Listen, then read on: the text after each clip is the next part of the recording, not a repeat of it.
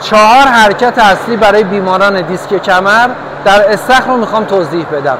بریم ما هم دیگه ببینیم. اولین حرکت شتری راه رفتن، یعنی زانو رو 90 درجه خم میکنید و میذارید کف استخر. یک عرض استخر رو اینجوری راه میرید، زانو بلند میشه 90 درجه میاد کف، میرید جلو. عرض اول رو اینجوری رفتید.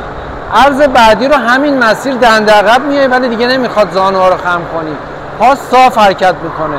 اینم دنده عقبش. حرکت بعدی حرکت به سمت راسته، همونطور عرض استخر رو پای راستتون رو باز میکنید، حرکت میکنید میرید جلو، انگار داره قیچی باز و بسته میشه. یک عرض سمت راست و دوباره عرض بعدی رو با پای چپ حرکت قیچی رو انجام میدید و تا انتها میرید. نکته اساسی اینه که این حرکت رو 3 بار در هفته انجام بدید و هر بار از 1 ربع شروع کنید. کم کم افزایشش بدید تا به حد اکثر نیم ساعت برسه توی هر جلسه‌تون و 3 بار در هفته این کار رو انجام بدید. این 3 بار هم به صورت 1 روز در میون باشه. ارتفاع آبم باید حداقل تا نافتون باشه و حد اکثر تا سینه ها. تا اینجا بالا باشه ارتفاع آب خیلی خوبه. خیلی ممنون.